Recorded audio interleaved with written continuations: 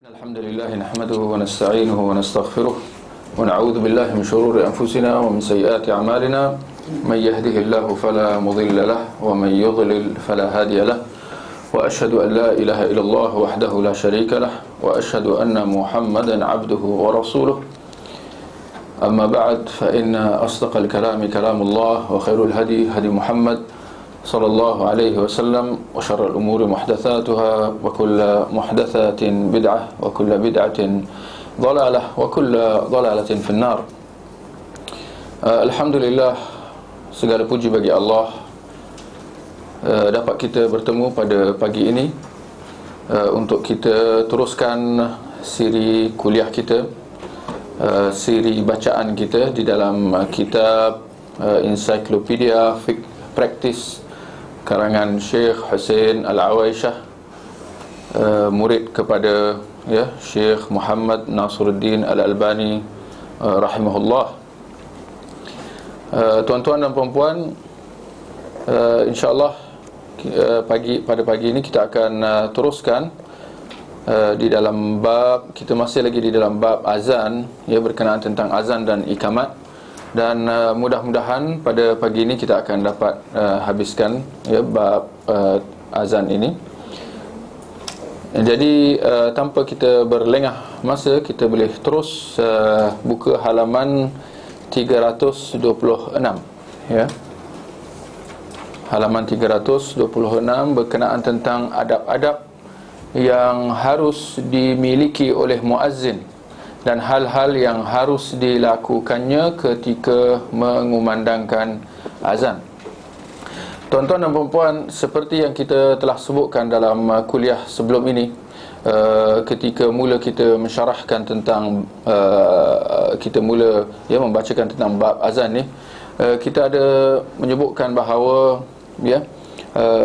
azan sebagaimana iqamah, dia adalah di antara syiar-syiar, adalah di antara perkara-perkara ibadah yang perlu dizahirkan, yang menjadi tanda ataupun identiti agama Islam itu, maka kerana itu kita perlulah mengambil tahu sedikit sebanyak tentang syiar-syiar agama ini, dan jangan kita ambil mudah, dan dalam masa yang sama jangan kita ada tanggapan bahawa azan dan ikamat ini bukan semua orang kena tahu, tak, kita kata semua orang perlu tahu, kerana setiap seorang Muslim itu perlu solat. Maka orang yang orang yang solat ini, dia perlu tahu tentang azan dan ikamat kerana dia berkaitan. Sebagaimana juga jangan kita ada tanggapan bahawa kita ni, orang-orang biasa ni, kita tak payah nak terlalu memikirkan tentang macam mana nak jadi imam, contoh, imam dalam solat. Tidak, seperti mana kita perlu tahu tentang solat kerana kita mengerjakan solat, kita perlu juga ambil tahu tentang macam mana nak jadi imam, kerana akan ada keadaan-keadaan, situasi di mana kita perlu jadi imam, contoh, maka begitu juga dengan azan dan ikamat, akan ada keadaan dan situasi di mana barangkali kita perlu azan dan kita perlu ikamat. Maka kerana itu kita perlu ambil tahu tentang perkara-perkara ini, supaya apabila tiba masanya, kita berada dalam keadaan sedia, maka kita tak perlu nak risau, kerana kita dah tahu, kita ada ilmu, Adapun orang yang lalai, orang yang leka, orang yang dia bersifat orang lain boleh buat, orang lain boleh ke depan jadi imam, seperti mana kebiasaan, maka dia pun tak memikirkan tentang azan dan ikamat dan sebagainya dan seumpamanya. Maka akhirnya orang-orang ini apabila tiba masanya di mana dia perlu ke depan, sama ada untuk jadi imam ataupun untuk azan dan ikamat, orang-orang seperti inilah yang akan jadi kalut semacam, ya. Seperti mana begitu juga dengan mandi jenazah contoh. Ya, apabila kita bersifat apa, tak apa, Tok Bilal ada, Tok Imam ada, ya, akhirnya apabila tiba masa, ya, saudara mara kita sendiri contoh yang meninggal, kita jadi kalut, ya. Lagi-lagi apabila tiba-tiba Tok Bilal dia off day pula, kan? Banyak kadang-kadang kita tengok jenazah jadi lambat diuruskan. Kenapa? Gara-gara nak menunggu Tok Imam yang tengah on vacation contoh, ya. Maka ini semua sepatutnya tidak berlaku, ya. Kalau sekiranya setiap kita sebagai seorang Islam, sebagai seorang Muslim, kita ambil tahu tentang perkara-perkara ini. Baik, kita lihat halaman 326. Apakah adab-adab yang perlu dimiliki oleh seorang muazzin, ya? Dan bolehlah letak kurunganlah kat tepi itu, ya. Dan juga orang yang mengumandangkan ikamat tu sendiri, ya. Kerana muazzin dia termasuklah, ya, maknanya orang yang ikamat juga, ya.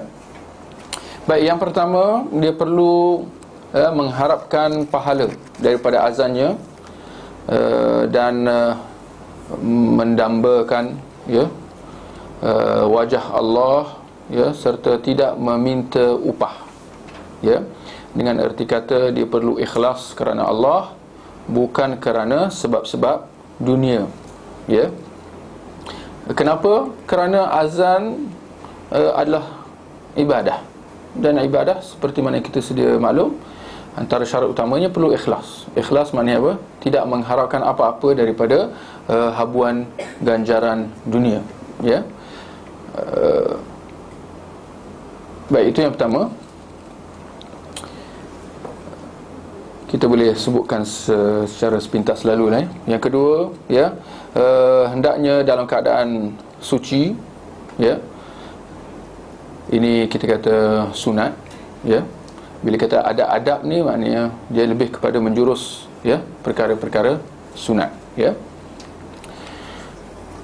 Hendaklah berada dalam keadaan suci, maknanya berwuduk, ya, atau bebas daripada hadas besar, ya. Azan kerana dia adalah zikir, ya. Seperti mana kita dah sebut sebelum ni, bila kita nak baca Al-Quran ataupun nak berdoa ataupun nak berzikir, atau dalam bab ni nak mengumandangkan azan, ya, perlulah kita berada dalam keadaan berwuduk, ya, atau bebas hadas besar, ya. Hukumnya adalah sunat, ya, dia dianjurkan, ya, sebagaimana hadis Nabi SAW, sesungguhnya aku tidak suka menyebut nama Allah, ya, selain dalam keadaan suci, ya. Nabi menyebutkan tentang diri dia, di mana, ya, sedaya upaya, ya, baginda hanya menyebutkan nama Allah, sama ada dengan berzikir, baca Al-Quran atau berdoa, ya, bahkan menjawab salam pun, ya, kecuali dalam keadaan suci, ya. Yang ketiga, dia mengumandangkan azan sambil berdiri, ya, dianjurkan, ya, sambil berdiri. Ini kerana azan tu syiar. Syiar maknanya perlu dizahirkan. Maka orang yang duduk, dia menafikan syiar yang perlu dizahirkan, ya. Bila dia duduk, kuranglah nampaknya berbanding kalau dia berdiri, orang nampak, ya. Yang keempat, menghadap kiblat, ya. Yang kelima, meletakkan dua jari pada kedua telinga, ya. Meletakkan dua jari pada kedua telinga, ya. Letakkan kedua jari, ya, pada kedua telinganya ketika dia mengumandangkan azan itu, ya. Mungkin ada yang mengatakan bahawa kalau zaman dahulu tujuannya adalah jelas, kerana orang yang nak azan di zaman dulu, ya, tanpa pembesar suara tu, dia perlu kuatkan suara.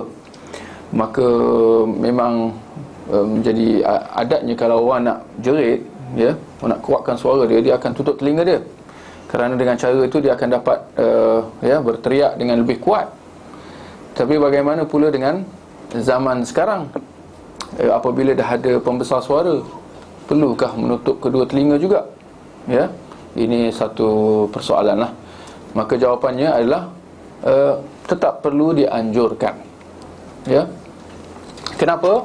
Kerana alasan yang diberikan tadi bahawa ditutup kedua telinga itu kerana tujuannya untuk nak supaya muazzin tu dapat kuatkan suara, ini adalah andaian. Ini adalah ijtihad. Kerana tidak ada nas hadis ya yang menyebutkan begitu. Ya, boleh jadi betul, boleh jadi ada hikmah yang lain. Ya. Maka kerana itu hal ini tetap dianjurkan walaupun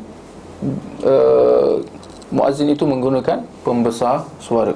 Ya, dia tetap dianjurkan untuk meletakkan kedua jarinya, ya, kedua tangannya di telinganya, ya, di kedua telinganya. Baik, yang keenam,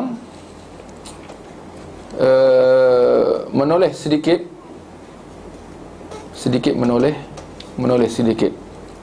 Ada beza ke?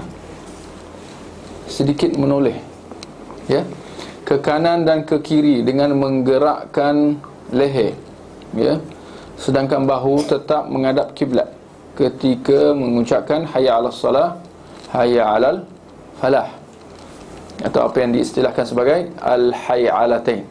Ya, maknanya menoleh sedikit ke kanan dan ke kiri apabila menyebabkan hayya 'alas salah, hayya 'alal falah. Maknanya dia pusingkan kepala, badan tak, ya, badan tidak perlu gerak, hanya kepala sahaja menoleh ke kanan dan kiri.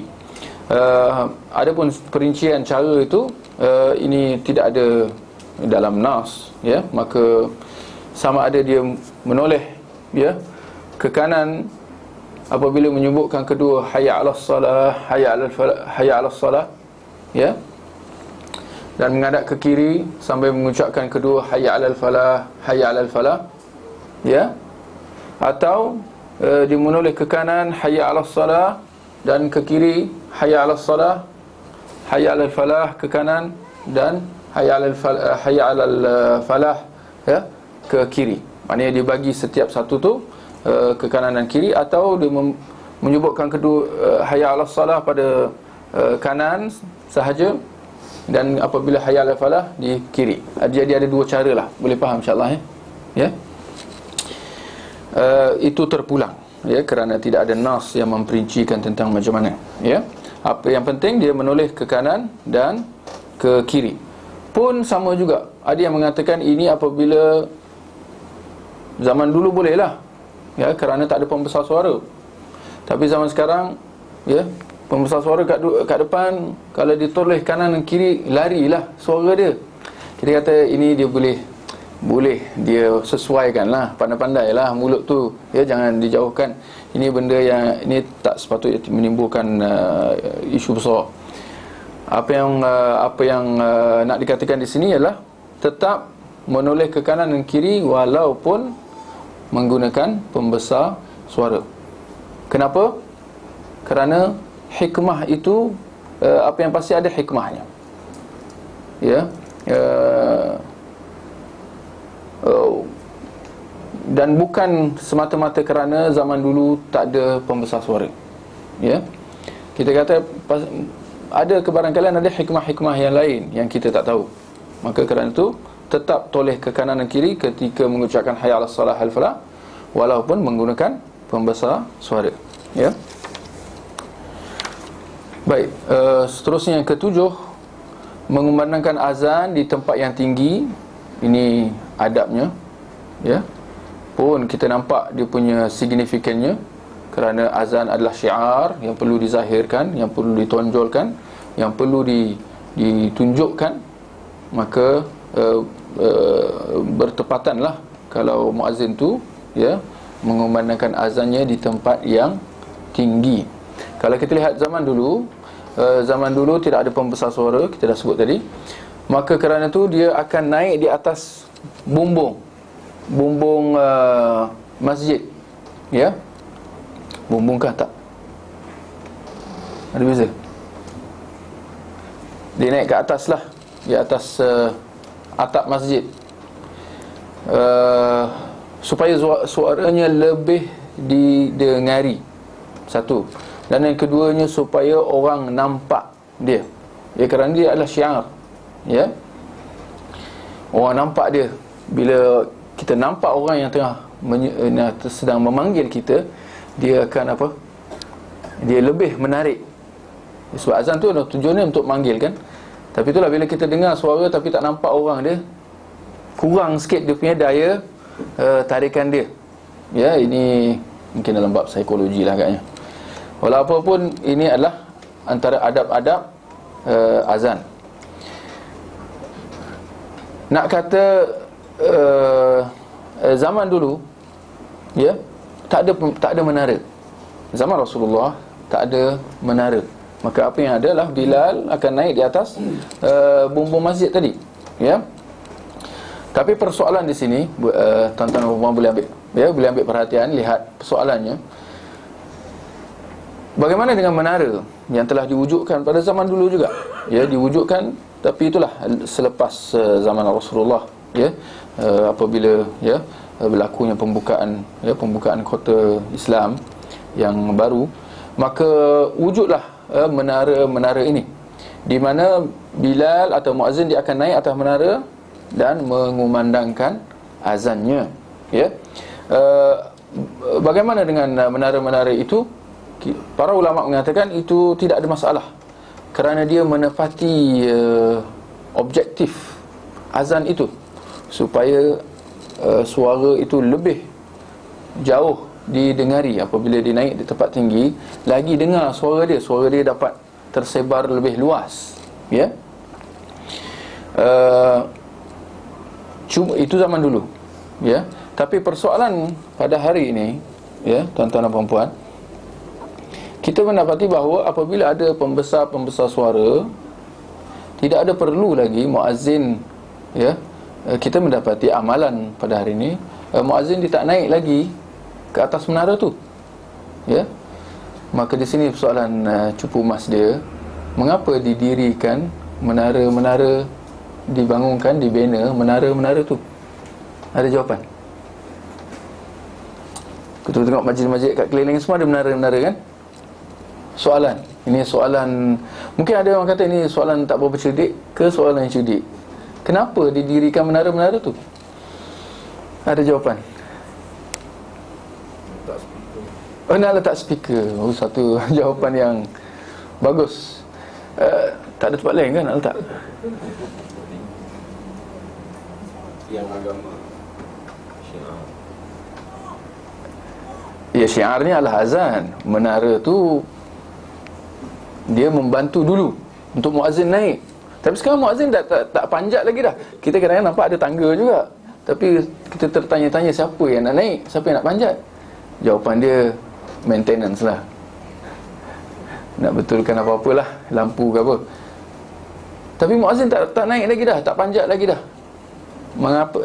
Mengapa perlu didirikan menara tu? Soalan tambahan, ya. Kita mendapati bahawa zaman dulu menaranya adalah sekadar je lah, ya, di mana muazzin tu boleh naik, dan bila dipanjat tu, bila dia azan, suara dia akan kedengaran. Hari ni kita mendapati bahawa menara tu terlalu tinggi, yang mana kalau dipraktikkan muazzin tu naik terlalu tinggi, lagi tak dengar suara dia, sebab tinggi sangat, ya. Sebab suara manusia ni dia ada had dia, bukan makin tinggi makin kuat. Tak, dia ni bukan King Kong ke apa, ya. Jadi kesimpulan nak dikatakan di sini, menara-menara yang ada di masjid pada hari ini, dia sudah lari daripada tujuan asal didirikan menara ini. Kalau zaman dahulu, menara-menara itu menepati kehendak syarak, ya. Adapun pada hari ini, adanya pembesar itu sudah memadai. Pembesar suara yang digunakan oleh muazzin menepati kehendak syarak, ya. Jangan nak kata ada bid'ah pula. Ini orang tak faham lah apa tu makna bid'ah. Pembesar suara menepati kehendak syarak, memang dianjurkan untuk digunakan, kerana tujuan azan tu adalah supaya didengari lagi jauh, lagi elok, ya. Tapi itulah, adanya pembesar-pembesar suara ni ya, dia apa? Dia memansuhkanlah kegunaan menara-menara itu. Maka akhirnya tidak perlu untuk lagi dibina menara-menara ini. Lebih-lebih lagi menara-menara yang tinggi-tinggi ini, ya, yang memang boleh kita kata tak ada faedahnya, ya. Ada yang mengatakan menara ni sebagai tanda bahawa dia ini masjid. Perasan tak? Mungkin ada, kadang-kadang kita tak perasan, tapi ni ada. Ada yang ini semua inovasi-inovasi lah. Ke atas masjid tu, kat menara tu, kat tak silap, dia akan letak lampu hijau. Ini semua alasan yang diberikanlah supaya orang tahu ini masjid. Hijau Islam. Dia ada. Kenapa hijau? Ini pun soalan juga. Ada yang letak atas menara tu bulan sabit. Bulan tu disinonimkan dengan agama Islam. Ini semua sebenarnya inovasi-inovasi, ya. Maka timbul persoalan sejauh mana dia selari dengan kehendak syarak, ya. Maka kita tak dapat lari daripada membuat kesimpulan bahawa menara-menara ini sebenarnya sudah tidak perlu lagi, ya. Kalau benar perlu didirikan menara supaya menjadi tanda paling tidak bahawa dia adalah masjid, apa jawapan? Ya, kita kata signboard sudah memadai. Satu. Ada satu jawapan yang lebih berat lagi. Masjid-masjid ni dia menjadi tanda bahawa di masjid buat orang-orang yang tak biasa pergi masjid. Adapun kalau seorang tu dah hari-hari pergi ke masjid, dia tak perlu lagi nak tanda, kan? Ini orang yang jarang-jarang pergi masjid sampai lupa kat mana masjid. Ini memang masalah. Jadi ubatnya bukan dengan dibuat menara. Sebaliknya ubatnya adalah diberi teguran kepada mereka ini supaya membiasakan diri mereka pergi ke masjid, ya. Adapun buat orang yang jarang-jarang, orang luar ke apa, maka itu, ya, kita kata diadakan papan-papan tanda seperti yang kita lihat, itu sudah, ya, memadai. Wallahu a'lam. Baik, yang ke-8, meninggikan suara ketika mengumandangkan azan, ya, jelas, ya. Dan yang ke-9, mengumandangkan azan secara perlahan, ya, maknanya bukan secara tergesa-gesa. Tujuannya pun jelas, ya, supaya orang dapat mendengar, lagi ramai dapat mendengar. Berbanding kalau azan itu dikumandangkan dengan cepat, ya, jelas ramai akan tak sempat dengar azan tu. Maka message yang nak disampaikan tu, nak menyuruh orang datang ke masjid untuk solat fardu berjemaah, akan terlepas, ya, kerana azan tu terlalu cepat. Maka itulah adab untuk dikumandangkan secara perlahan tu jelas. Berbeza dengan ikamat, ya. Kalau ikamat, ya, dicepatkan, kerana itulah azan adalah untuk memanggil orang yang jauh. Maka, ya, nak bagi dia masa, ya, supaya untuk dia dengar dan untuk dia datang ke masjid. Adapun iqamat, dia adalah untuk orang yang sudah hadir, ya, di dalam masjid, ya. Baik. Beberapa permasalahan tentang azan dan iqamat, ya. Azan, yang pertama, azan orang buta jika ada orang yang memberitahukannya. Zaman dahulu, ya, Nabi SAW mempunyai seorang muazzin yang buta, ya. Bagaimana dia mengetahui masuknya waktu? Dengan ada orang lain memberitahu dia, ya.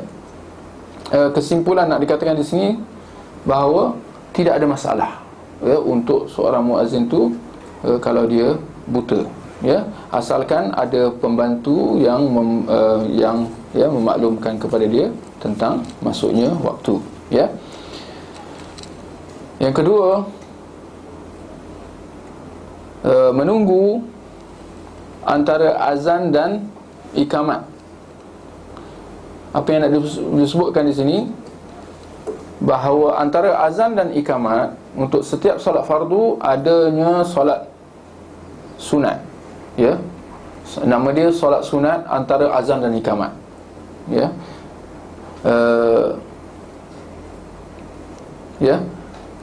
Dia boleh solat sunat 2 rakaat antara azan dan iqamat tu.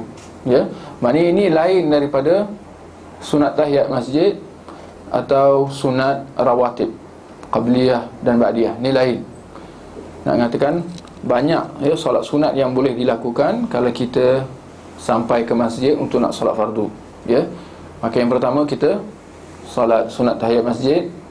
Ya. Lepas tu kita boleh solat qabliyah, ya, qabliyah, dan solat sunat antara azan dan iqamat. Ya. Jadi minimumnya ada 6 rakaat. Ini kalau sekiranya solat tu ada qabliyah lah. Ya, minimumnya 6 rakaat sunat. Ya, yang kita boleh lakukan sebelum solat fardu tu. Ya, kalau di masjid lah. Ya.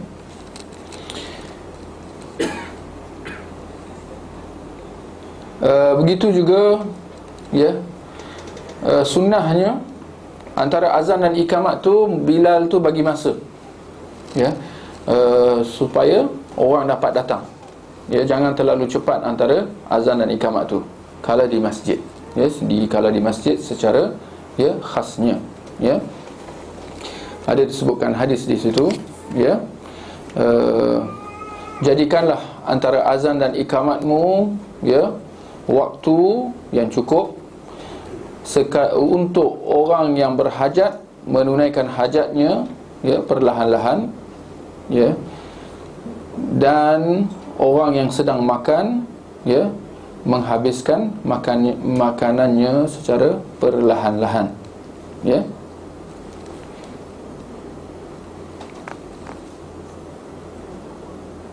Ya. Yang menunaikan hajatnya itu maknanya orang tengah buang air, ya, ya, dan sebagainya dan seumpamanya. Ya. Baik. Yang ketiga, ini juga boleh kita ambil tahu, ya, elok juga kita ambil tahu. Boleh berbicara antara, ya, antara iqamat dan solat. Bolehkah berbicara antara iqamat dan solat? Ya, jawapannya boleh. Ya. Seperti mana yang berlaku kepada Rasulullah sallallahu alaihi wasallam.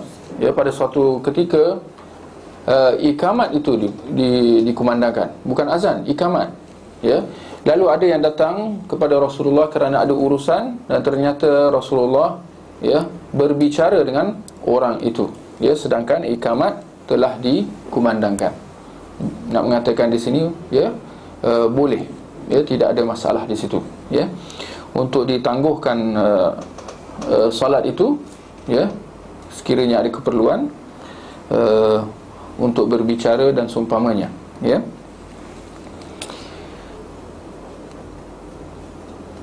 Yang keempat, azan sesudah, ketika sudah. Azan sesudah masuk waktu, saya ingat itu lebih tepatlah. Ya.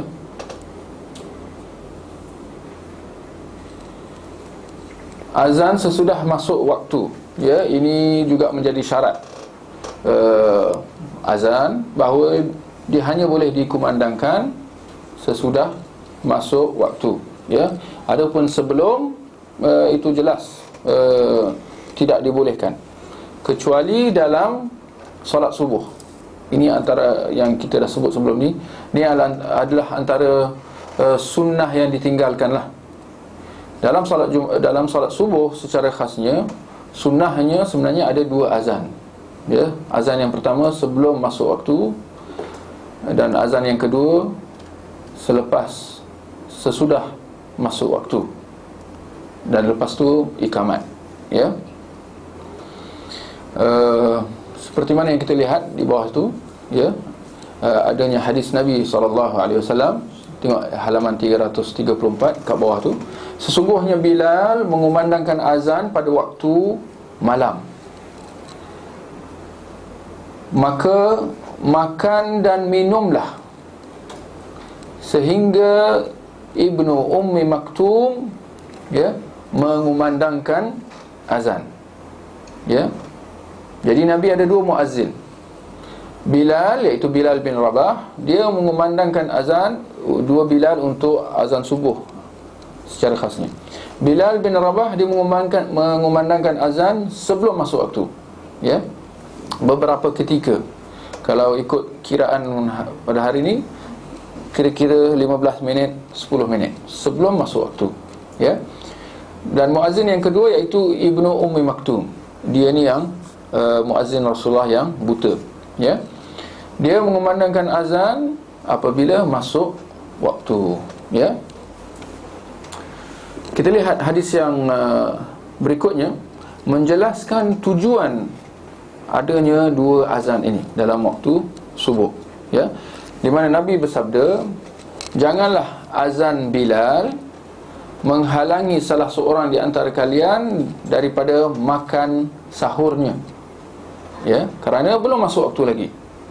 Sebaliknya tujuan dia apa? Kerana dia mengumandangkan azan, ya, pada malam hari. Ya. Apa tujuannya? Kita lihat. Ini boleh gariskanlah. Agar orang yang berdiri tahajud di antara kalian kembali, dan itu satu, itu yang pertama. Dan untuk mengingatkan orang yang tidur di antara kalian, ya, untuk maklumkan kepada orang yang sedang tahajud bahawa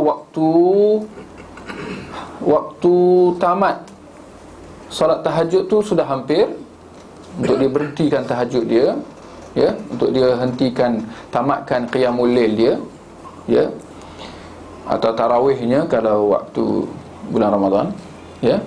Dan untuk orang yang tidur, bangun. Ya, kalau dia nak puasa, dia bersahur, dan dalam masa yang sama untuk dia mempersiapkan dirinya pergi ke masjid. Nampak tak tujuan dua azan pada waktu subuh tu? Ya. Yang kita kata dia adalah antara sunnah yang perlu dihidupkan pada zaman sekarang. Ya. Pada zaman sekarang kita dapati tak ada dua azan kan? Ada satu azan saja. Tapi ada sedikit inovasi yang bertujuan untuk memenuhi matlamat yang disebutkan oleh Nabi dalam hadis yang kedua tadi. Pada hari ini kita mendapati ada setengah-setengah masjid dia pasang apa? Pasang Quran. Ya. Salatullah. Yang mana kalau kita lihat, kalau kita tanya orang masjid kenapa dia buat macam tu, dia akan jawab dengan benda yang sama. Ya, supaya orang bangun tidur, ya, orang mempersiapkan diri datang ke masjid dan seumpamanya. Ya. Tapi walau apa pun kita kata, sebaik-baik adalah sunnah Nabi SAW. Ya. Kalau kita lihat ayat, bila dikumandangkan, dia baca, dia pasang ayat Al-Quran, akhirnya 15 minit, 10 minit tu, dia yang dipanggil waktu imsak tu, kita kata itu waktu sahur, mereka kata itu waktu imsak. Habis 10 minit, 15 minit tu semua ayat Quran dia baca. Lama lah. Yang sedikit sebanyak akan mengganggu sebenarnya. Ya. Berbanding kalau kita lihat sunnah Nabi sangat cantik. Ya. Tujuan dia sekadar yang memadai untuk nak maklumkan kepada orang yang kalau sedang tahajud bahawa waktu penamat sudah hampir. Dan kalau orang yang tidur tu, supaya dia bangun. Cukup dengan azan beberapa minit saja, kan? Cukup. Tapi kalau dipasang 10-15 minit, itu jelas mengganggu. Yang mana kita perlu ingat juga, bukan semua orang dengar. Ini mungkin jumlah ni mungkin mengejutkan kita. Bukan semua orang wajib pergi ke masjid. Bila dipasang Quran macam tu, seolah-olah apa? Dia nak suruh satu kampung tu, satu taman tu pergi ke masjid. Sedangkan hakikatnya bukan semua orang wajib pergi ke masjid.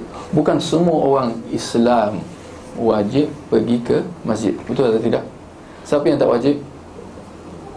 Perempuan, ya, kanak-kanak, dan orang yang berkeuzuran. Ya. Jadi ada 3 golongan yang tak wajib.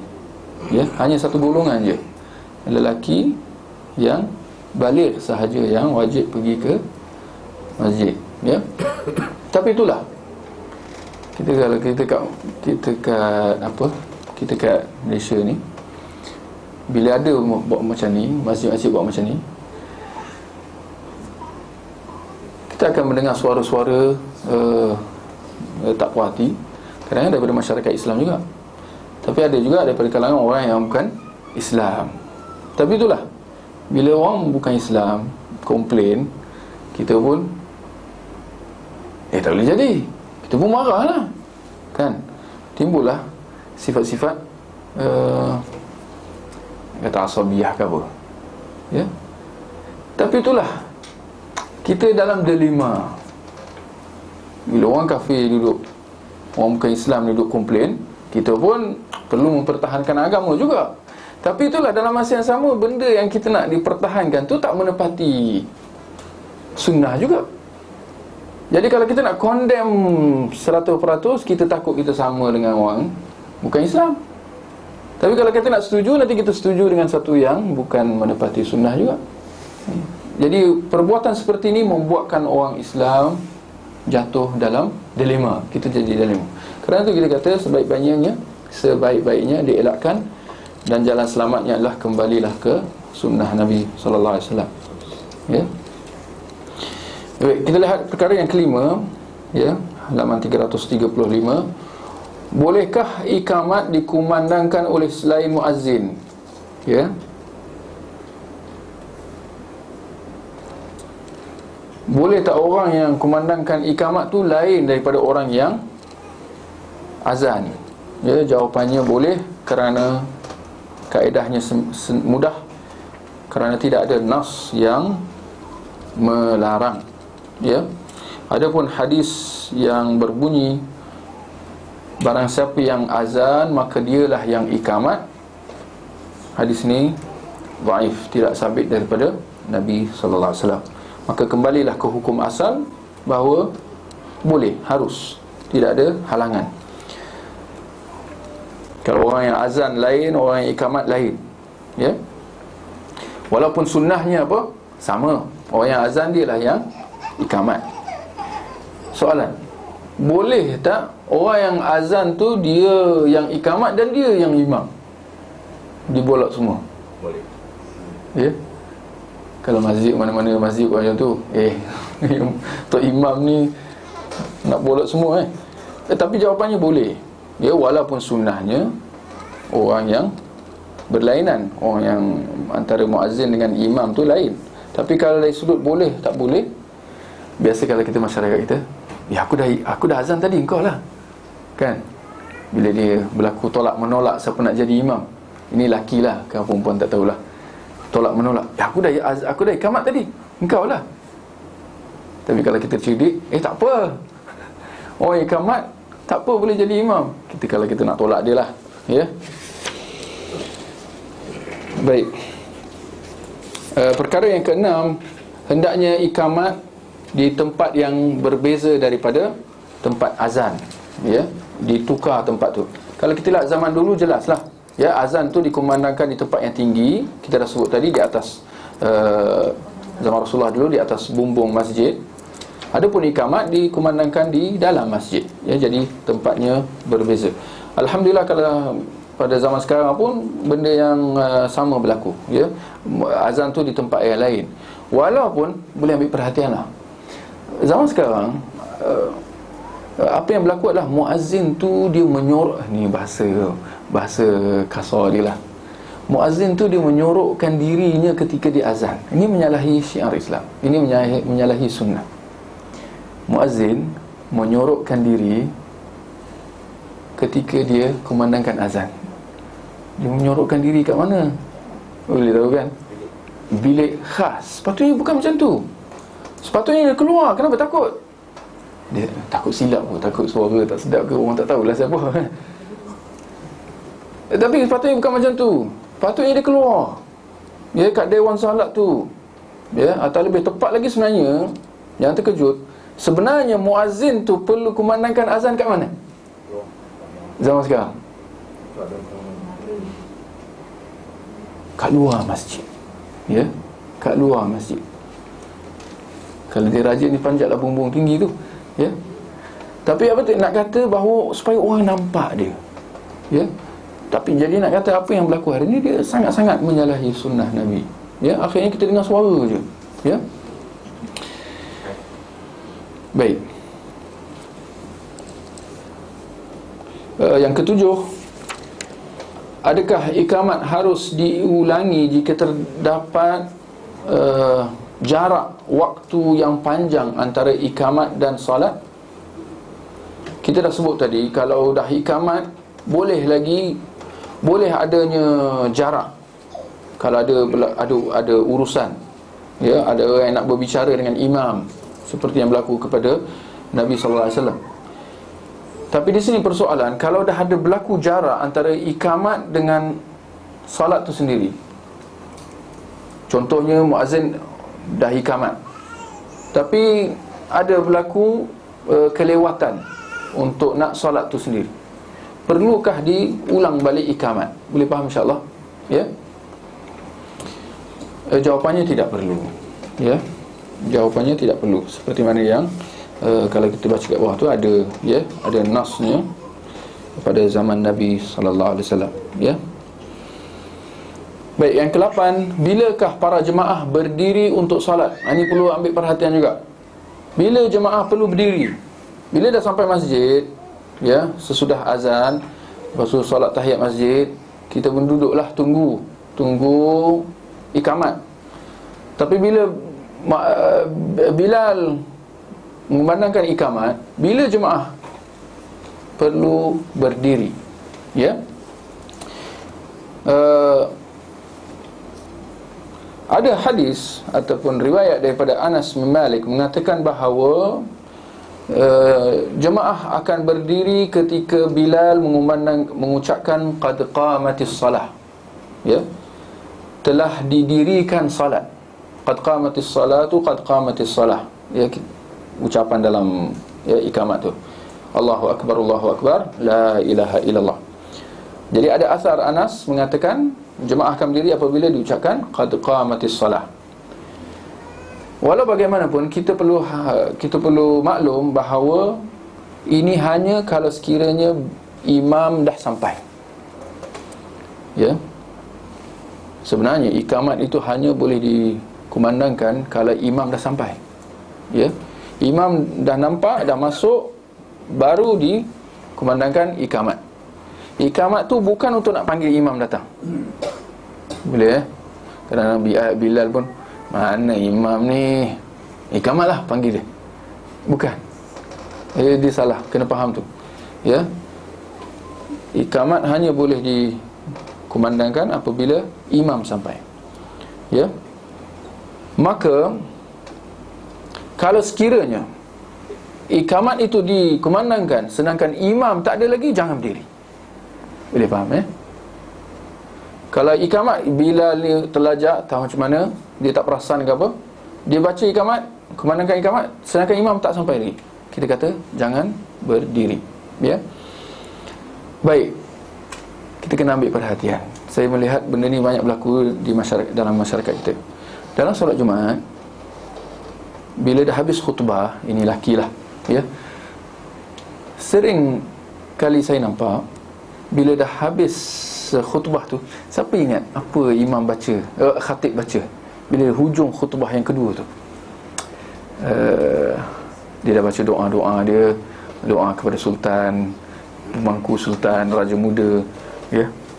Lepas tu kat hujung tu apa dia kata? Aqimus salah. Ya. Saya melihat ramai jemaah dia memandangkan khatib tu, itulah dia punya clash yang dia panggil clash, ya. Clash dia setiap minggu itu yang dibaca. Ini juga menyalahi sunnah, ya. Makmum sampai dah hafal, walaupun dia tak hafal tapi dia tahu, dia boleh cam. Dia dengar je clash tu dibaca kat hujung khutbah tu, maka sebelum khatib kata aqimus salah, jemaah dah bangun dah. Ini menyalahi sunnah. Kerana kita mengatakan sepatutnya kalau khatib kata aqimus salah pun jangan bangun lagi. Sebaliknya hanya berdiri apabila ikamat itu dikumandangkan.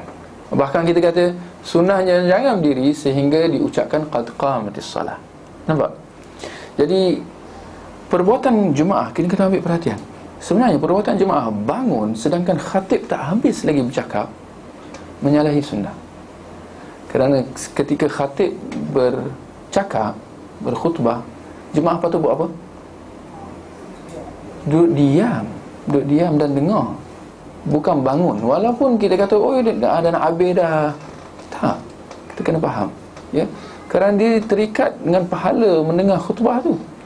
Kalau dia tak turun lagi, kita dah dengar dia punya klise akhir tu, kita dah bangun nak sibuk-sibuk, nak isi tempat kosong lah, orang yang keluar nak sibuk-sibuk masuk dalam, ya. Ini dia khawatiri pahala dengar khutbah tu akan berkurang, tak? Tapi sayanglah, dah hujung, dah elok dah dulu, diam, tiba dia dengar klise tu, ni nak habis dah ni, aqimus solah, dia dah bangun dah, ya. Dia khawatiri, ya, terkesanlah pahala dengar khutbah tu, ya. Jadi kena ambil perhatian lah, ya. Yang ke-9, larangan keluar daripada masjid setelah azan tanpa ada hajat.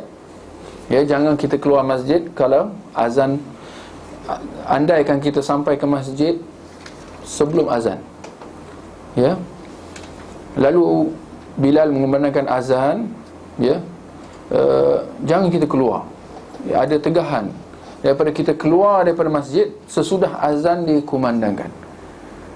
Kenapa ada tegahan untuk kita keluar daripada masjid sesudah azan? Dia khawatiri kita ni macam syaitan. Kerana syaitan apabila azan berkumandang, apa dia buat? Dia lari, minta maaf, lari terkentut-kentut, ya. Kecuali kalau kita ada hajat. Dan kita tambah, kecuali dengan niat untuk kita kembali, ya.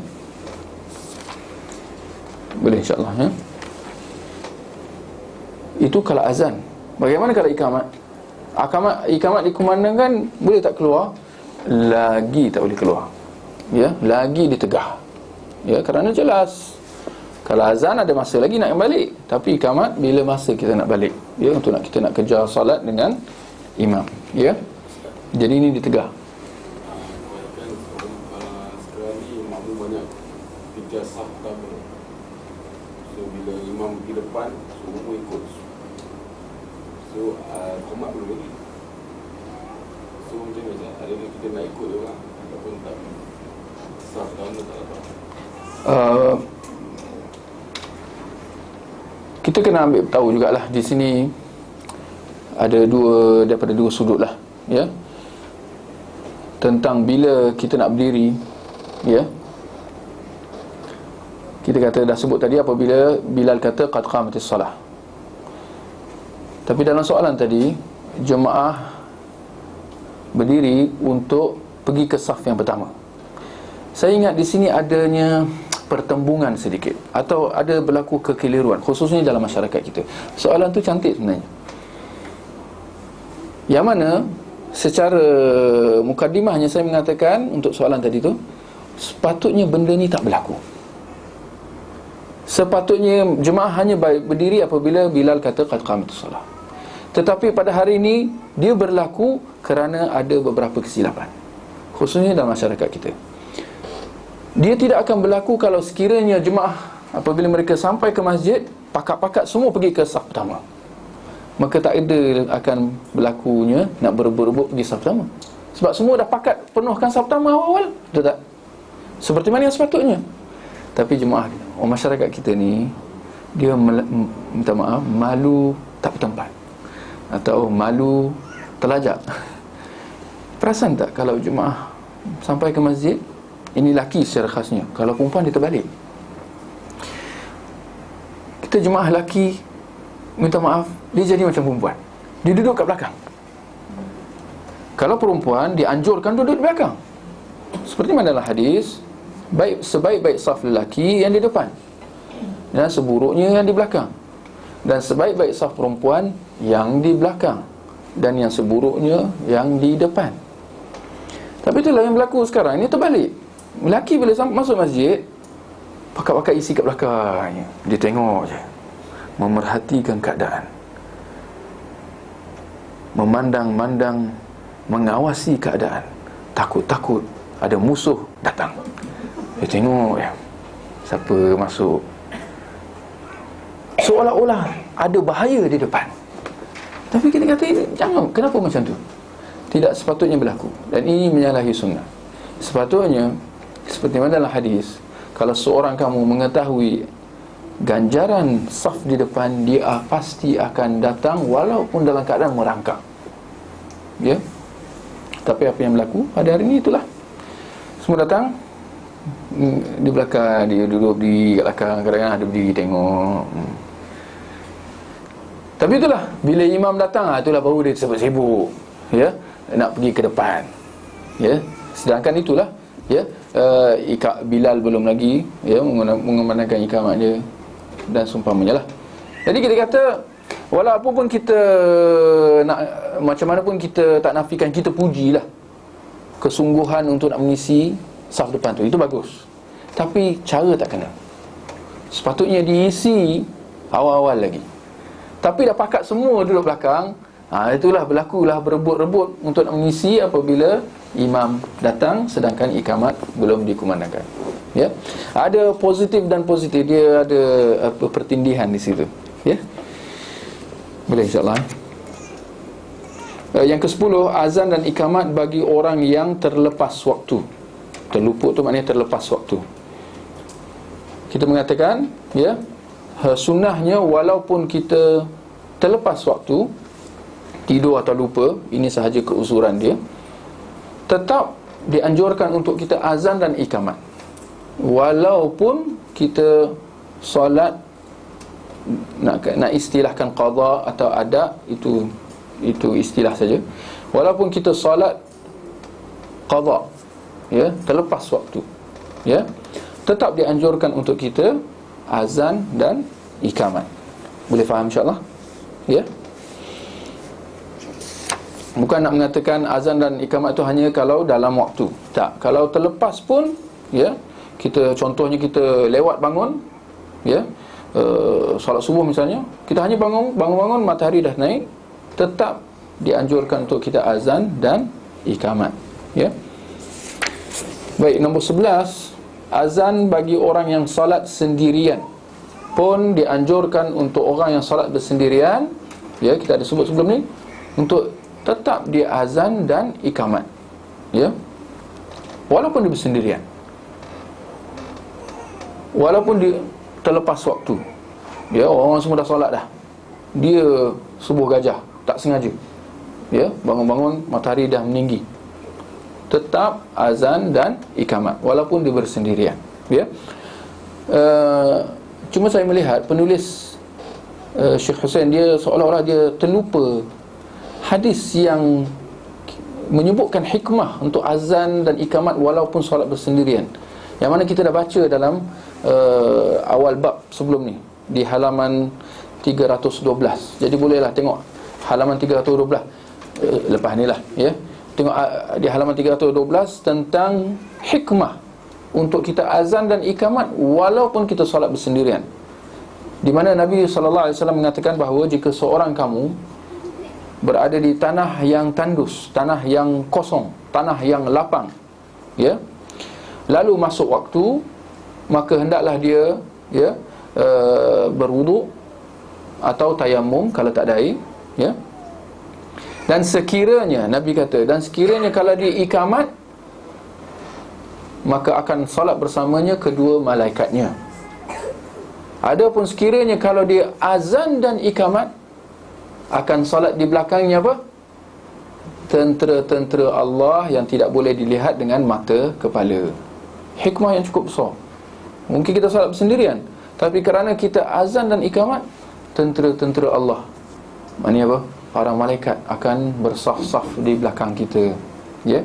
Kita sangka kita solat sendiri, ya, tetapi sebenarnya kita sedang solat jemaah, ya, daripada satu sudut lah, ya, bersama dengan malaikat-malaikat, tentera-tentera Allah SWT, ya. Hikmah untuk kita azan dan ikamat walaupun kita solat sendiri. Ini boleh ambil maklum lah golongan muslimat secara khasnya, Kerana golongan muslimat memang dianjurkan untuk solat di rumah. Jadi tak bererti kalau kita solat di rumah tak perlu kita azan dan iqamat, ya. Yang ke-12, azan seorang penggembala, ya. Ini boleh baca sendiri, ini tak ada apa sangatlah, ya. Yang ke-13, azan ketika bermusafir pun kita dianjurkan untuk kita azan dan iqamat, ya. Kalau di RNR ada azan tak? Kalau baru masuk waktu ada kot. Tengok orang semua pakat malulah, malu. Nanti suara sedap sangat, susahlah, nanti problem. Tak, ini itulah kita kata ini syiar, sepatutnya dizahirkan, sepatutnya diamalkan, ya. Kerana ini semua ibadah, ya. Patutnya azan dan iqamat, ya, walaupun kita bermusafir di RNR, di tengah hutan atau di mana juga, ya, azan dan iqamat, ya. Hikmahnya insya-Allah kita dah tahu, ya. Tentera-tentera Allah akan bersaf-saf di belakang kita. Yang ke-14, adakah azan dan iqamat bagi kaum wanita? Ya, kita dah jawab tadi, ya. Wanita juga turut sama dianjurkan untuk azan dan iqamat, seperti mana halnya Aisyah binti Abu Bakar As-Siddiq, ya, isteri Rasulullah sallallahu alaihi wasallam, ya. Beliau, ya, radhiyallahu anha, mengumandangkan azan dan iqamat, ya. Jadi ada athar di situ. Yang ke-15, tidak ada azan dan iqamat bagi salat Eid, maknanya salat hari raya. Hari raya insya-Allah kita sedia maklum tak ada azan dan iqamat. Jadi azan dan iqamat ni khas untuk apa? Salat fardu sahaja, ya. Tapi bolehlah tambah di situ nombor 15 tu, tidak ada azan dan iqamat dan tidak ada ucapan as-salatu jami'ah. Ini banyak Bilal azan iqamat tak ada, okeylah tu. Tapi ditambah as-salatu jami'ah. Pernah dengar? Ke biasa lambat solat raya? Pernah dengar? As-salatu jami'ah, ya. Kadang-kadang solat Jumaat pun dia berkata as-salatu jami'ah juga, ya. As-salatu jami'ah, as-salatu jami'ah, rahimakumullah. Jemaah kata apa? Dia jawab, tak tahu dia jawab apa. As-salatu la ilaha. Ini semua tak ada asas dalam sunnah Nabi sallallahu alaihi wasallam, ya. Tapi semua pakat, macam sedap je bunyi. As-salatu jami'ah, as-salatu jami'ah, rahimakumullah, as-salatu la ilaha illallah. Mana datang, wallahu a'lam, kena tanya dia orang lah, ya. Jadi as-salatu jami'ah ni untuk bila diucapkan oleh Bilal? Mana datang as-salatu jami'ah? Hanya untuk solat gerhana sahaja, ya. Hanya untuk solat gerhana sahaja, ya. Baik.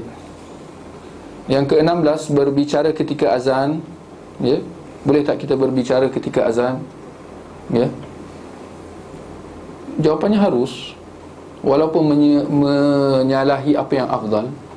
Afdalnya kita menjawab azan, ya. Tapi kalau kita dapat menjawab azan dengan kita selesaikan hajat kita, itu tak ada masalah, ya. Boleh berbicara ketika azan, ya. Tak payah kita nak ya, ini bukan khutbah Jumaat, ya. Ketika azan, boleh berbicara, lagi-lagi kalau ada urusan, ya. Baik, boleh tak kita solat ketika azan? Kita sampai masjid, kita nak solat tahiyat masjid, dan kita nak solat tahiyat masjid, azan berkumandang, ya. Biasa kita dapati, alhamdulillah, jemaah kita, ya, masyarakat kita ada kefahaman di situ. Mereka akan berdiri, tunggu dulu, ya. Selesai azan baru mereka solat tahiyat masjid, ya. Itu bagus, itu menepati sunnah. Tapi dengan syarat mereka menjawab azan. Tapi kalau berdiri je macam tunggul, tak jawab, itu tak ada faedah, ya. Jadi kalau mereka berdiri, ala-ala berdiri, jawab azan. Lepas dia jawab azan, dah selesai azan, baru solat tahiyat masjid. Tapi dalam satu situasi, jangan jawab azan dan kena terus tahiyat masjid. Siapa tahu bila masa tu? Barakallahu fiik. Dalam azan kedua solat Jumaat, sebelum khatib berkhutbah. jemaah yang hadir tak boleh nak berdiri untuk nak jawab azan. Kerana kalau mereka tunggu dan berdiri jawab azan, hasilnya mereka akan tak dapat mendengar khutbah daripada mula, kan? Kalau orang tunggu, lepas azan kedua apa? Khatib akan khutbah lah. Jadi mereka kalau yang tunggu nak jawab azan ni akan sibuk dengan solat tahiyat masjid yang wajib dilakukan juga, ya. Jadi kena tahulah itu keadaan terkecualilah, ya, di mana mereka perlu terus solat tahiyat masjid supaya apabila azan selesai mereka sudah bersedia untuk mendengar khutbah Jumaat, ya. Baik, yang ke peperangan ditunda kerana azan. Ini boleh tukarlah tajuk tu, dia tak faham sangat. Darah terpelihara kerana azan. Apa maksudnya?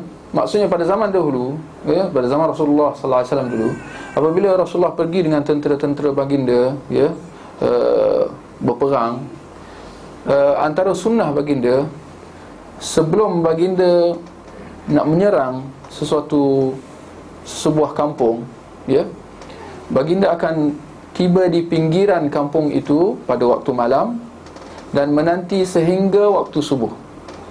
Sekiranya baginda mendengar azan, maka mereka akan berlalu, ya, sesudah mengerjakan solat subuh di pinggiran kampung tu. Tetapi sekiranya baginda tidak mendengar azan subuh tu, baginda akan menyerang kampung itu. Itu maksud dengan tajuk ni. Darah terpelihara kerana azan. Maknanya orang kampung tu terselamat daripada diserang oleh Rasulullah kerana azan tu. Apa maksudnya? Berkumandangnya azan subuh di sesuatu tempat menjadi tanda Islamnya kampung tu, Islamnya tempat tu, Islamnya penduduk sesebuah taman tu. Jadi kena berhati-hatilah, ya. Kalau tempat kita tak ada azan, ni tempat ni apa? Telah diselubungi oleh syaitan, ya. Lagi-lagi kalau waktu subuh semua krek cengkerik je bunyi, tak ada azan, tak ada apa. Orang rumah pula ni bahaya. Ini memang dah diselubungi oleh syaitan, ya. Baik, boleh ke habis? Oh, ada sikit lagi. Okey. Kita lihat halaman 343, permasalahan yang terakhir sebelum kita menghabiskan kuliah pagi ini, ya. Bidah-bidah dalam azan dan hal-hal yang menyelisihi sunnah azan. Ada 3 perkara. Yang pertama, ya, perkara-perkara yang menyalahi sunnah dalam azan. Yang pertama, melagukan bacaan azan dan lahan, tidak fasih dalam mengucapkan, ya, lafaz-lafaz azan itu. Adanya athar daripada Ibnu Umar, ya, di mana ada seorang itu berkata kepadanya, sungguhnya aku mencintaimu kerana Allah. Maka jawab Ibnu Umar, jika demikian jadilah saksi bagiku bahawasanya aku membencimu kerana Allah. Dia bertanya, mengapa demikian? Ibnu Umar menjawab, kerana kamu melagukan bacaan azanmu. Dia sebenarnya kalau kita kembali kepada lafaz bahasa Arabnya, setepatnya kerana kamu lahan, ya, kerana kamu tidak fasih dalam sebutan, dalam apa? Kerana kamu tidak fasih dalam azanmu dan engkau mengambil upah atasnya, ya. Kalau upah atas azan kita dah sebut tadi, ya. Azan kena ikhlas. Tapi kalau orang tu minta upah, ya, atau istilah pada hari ini apa? Gaji, ya. Ada perbincangan lah, ya. Benda-benda ni boleh menafikan ikhlas, boleh merosakkan ikhlas. Tapi itulah, ya, kerana kamu lahan, tidak fasih dalam azanmu, ya. Jadi melagukan azan atau lahan, tidak fasih dalam menyebutkan perkataan-perkataan, ya, azan itu, ini menyalahi sunnah, ya. Perkara yang kedua, bertasbih sebelum bertasbih dan selawat, bolehlah tambah tu, ya. Ini yang kita dengar lah, bertasbih dan membaca selawat sebelum azan subuh. Ini yang kita sebut tadi, mereka gantikan azan pertama sebelum masuk waktu dengan selawat atau dengan bacaan ayat Al-Quran. Ini semua menyalahi sunnah, ya. Yang ketiga, yang terakhir, menambah selawat dan salam kepada Nabi, ya, sesudah azan. Bolehlah tambah, betulkan tu, sesudah azan. Mereka apabila Allahu Akbar, Allahu Akbar, La ilaha illallah, ada kalanya kita mendengar, ya, muazzin tu membaca dengan kuat, ya, Allahumma salli ala Muhammad wa ala ali Muhammad, ya, kama sallaita ala Ibrahim wa ala ali Ibrahim.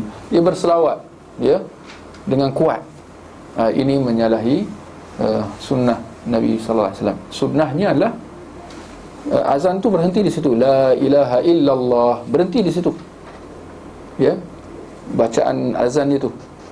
Tapi lepas tu dibacalah doa azan, yang mana antaranya dianjurkan untuk berselawat, tetapi secara perlahan, ya, perlahan. Berselawat tu dianjurkan selepas azan. Muazzin ataupun jemaah yang mendengar, ya, tetapi secara perlahan, ya. Baik, saya ingat cukup di situ. Mungkin kalau ada sebarang pertanyaan, kita boleh beri ruang untuk sedikit soalan sebelum kita memulakan kuliah yang berikutnya. Sebagai musafir, you Zohor and Asar in between, you command again and azan again, or just? Ya, untuk solat jamak dan qasar ketika bermusafir. Sekejap, minum dulu.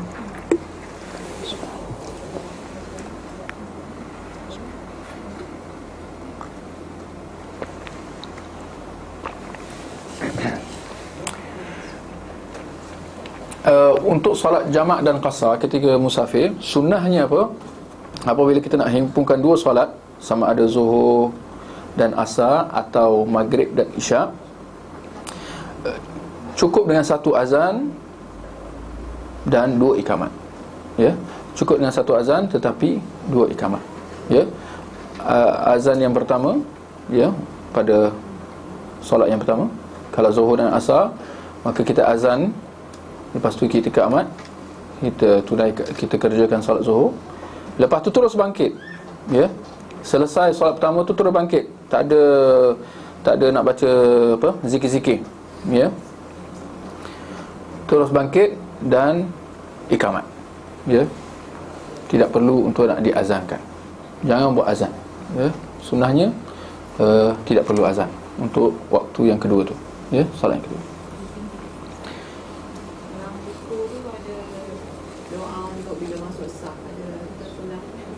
Doa untuk apabila masuk saf, tidak ada doa apabila nak masuk saf, ya. Hanya doa selepas azan atau selepas ikamat. Doanya sama. Allahumma rabb hadhihi ad-da'wati tammah was-salatil qa'imah ati Muhammadan al-wasilata wal fadilah wa ba'athhu maqaman mahmudan alladhi wa'adtah. Berhenti di situ, ya.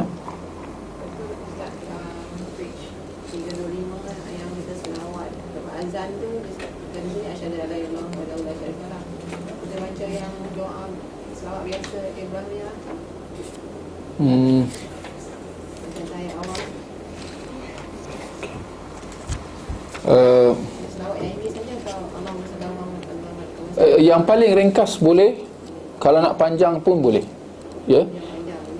Itu yang pendek. Apa selawat yang paling pendek?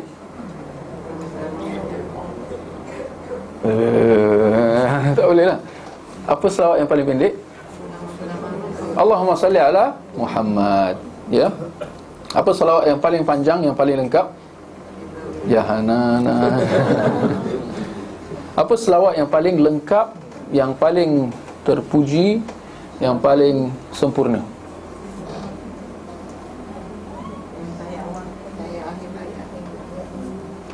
Ya, selawat Ibrahimiyah.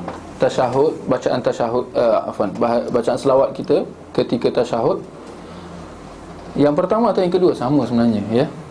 Ya, Allahumma salli ala Muhammad wa ala ali Muhammad kama sallaita ala Ibrahim wa ala ali Ibrahim, ya.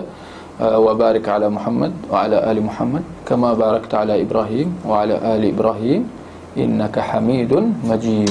Ini adalah bacaan selawat yang paling sempurna, yang kita dianjurkan untuk berselawat selepas azan atau ikamat. Ya, kita berselawat.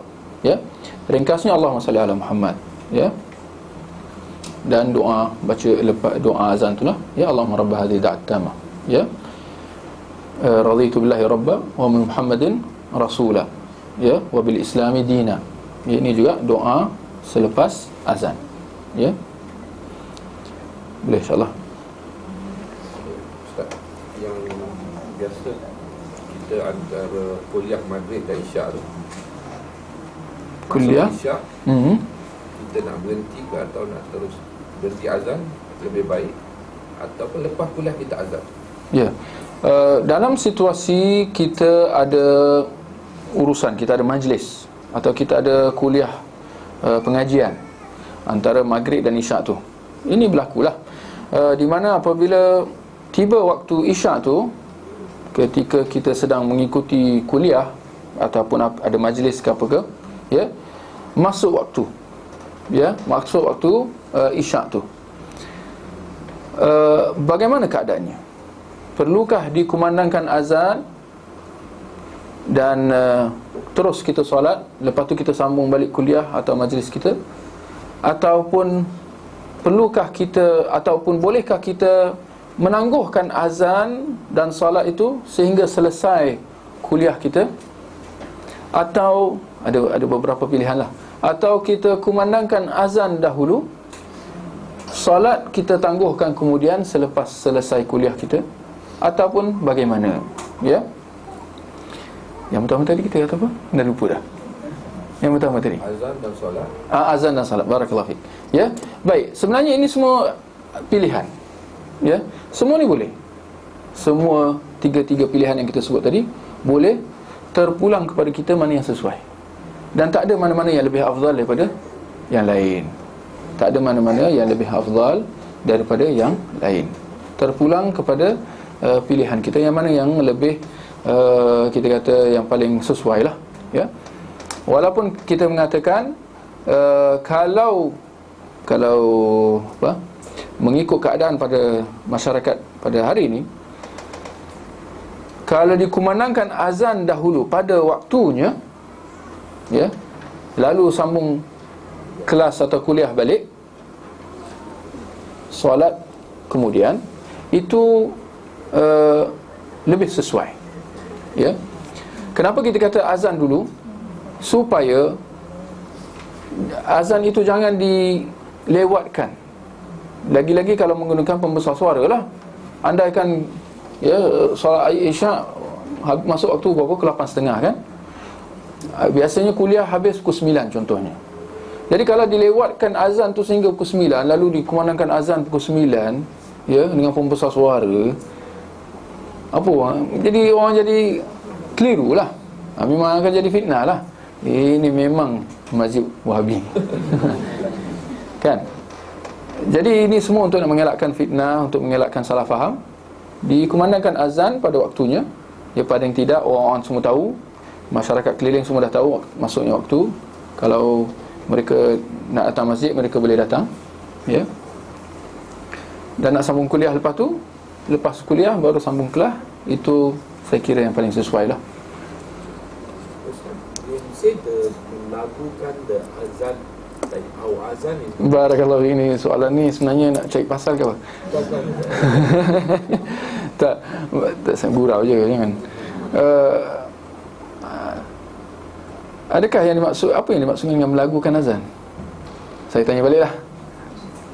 Apa yang dimaksudkan dengan penulis? Penulis tadi kata melagukan azan. Ya. Lahan, dia sebenarnya dua tu berbeza. Lahan dengan lagukan lain. Lahan ni maknanya kita pelat dalam azan tu. Ya, kita salah, sebutan tak betul. Ya, boleh bagi contoh? Dia azan Allahu Akbar contoh. Ya, Allahu Akbar, Allah, macam gaya kan. Ini semua lahan, dia sebut tak betul. Allahu Akbar, Allahu Akbar. Ini sedap juga ni. Tak, ini tak betul. Ini lahan. Ya, sebut tak betul. Ya. Itu lahan. Lagu macam mana? Itu saya kata cari pasal. Mendayu-dayu lah. Dayu-dayu macam mana? Tanya lagi. Sebenarnya macam yang kita dengar hari ni lah. Bukan hari raya, hari-hari. Yang kita dengar hari-hari itu sebenarnya. Ya. Itu sebenarnya melagukan. Kerana sebenarnya kalau kita lihat dalam masalah melagukan sesuatu, sebenarnya hanya Al-Quran sahaja yang dianjurkan untuk kita melagukan. Ya. Kita memang dituntut untuk bila baca Quran kita lagukan. Lagukan mana apa? Kita cantikkan Al-Quran tu. Bila kita cakap biasa ni, kita lagu ke? Tak ada kan? Apa khabar kamu? Kau ni apa ni cik pasal?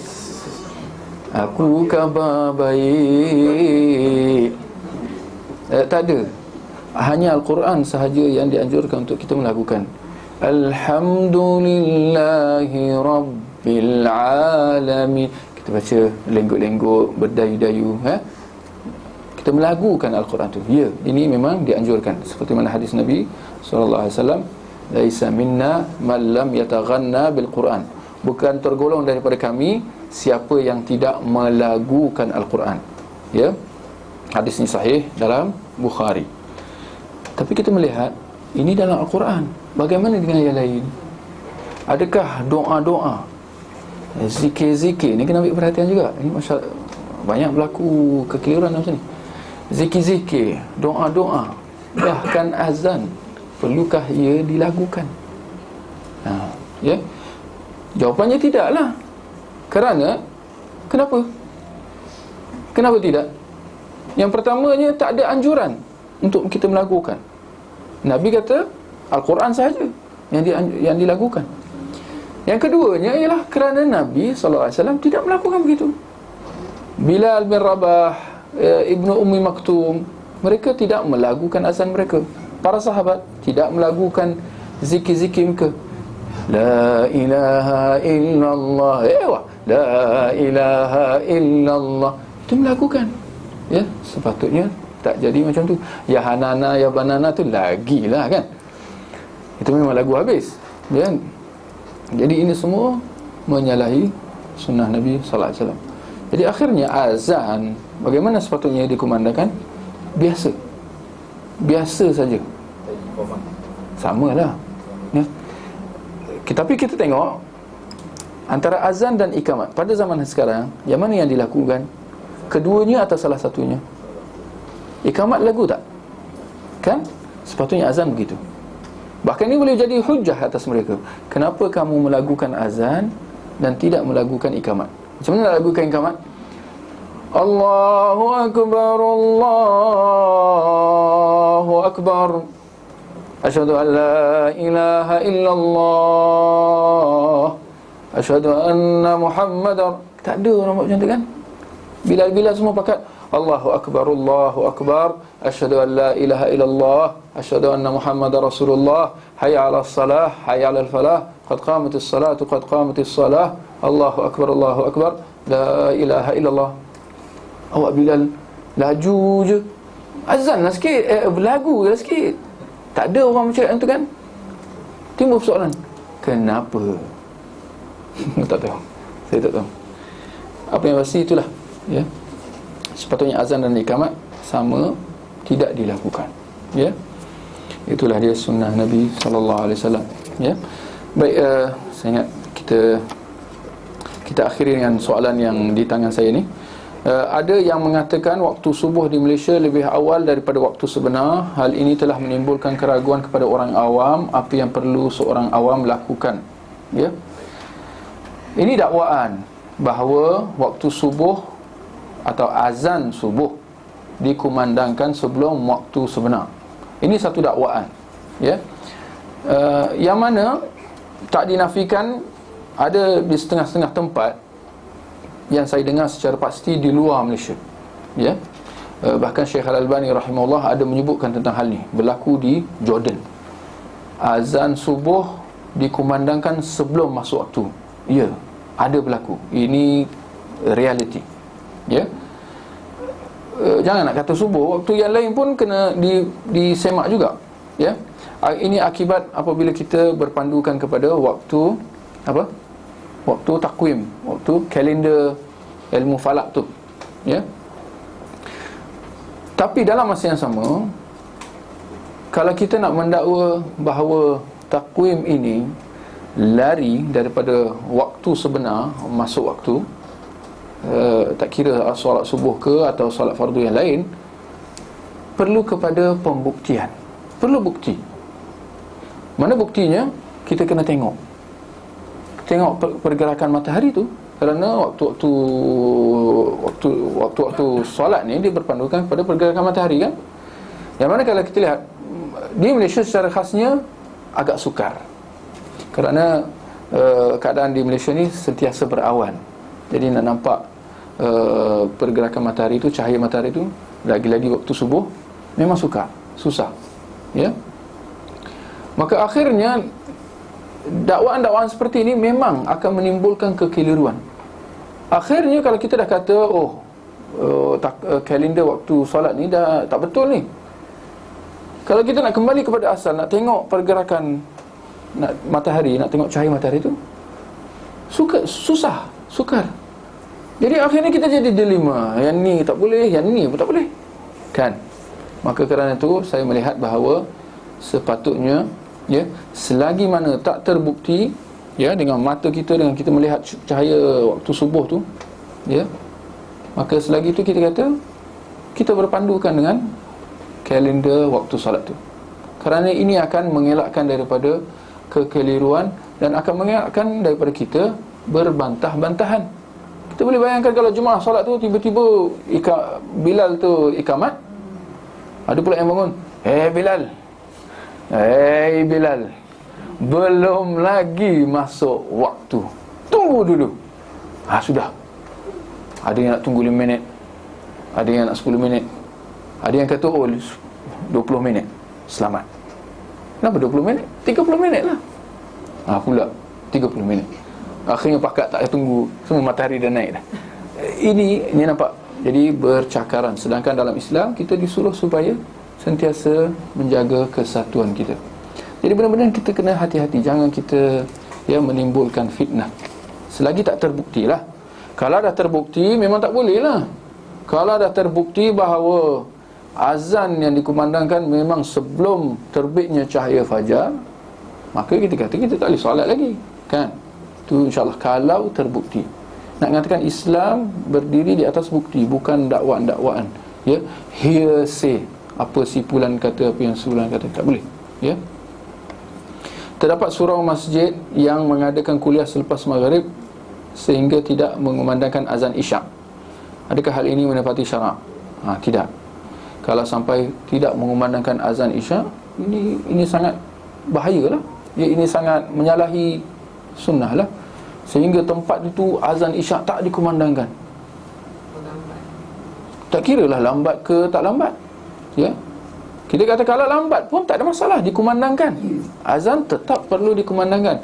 Tapi kita sebut tadi supaya elak salah faham.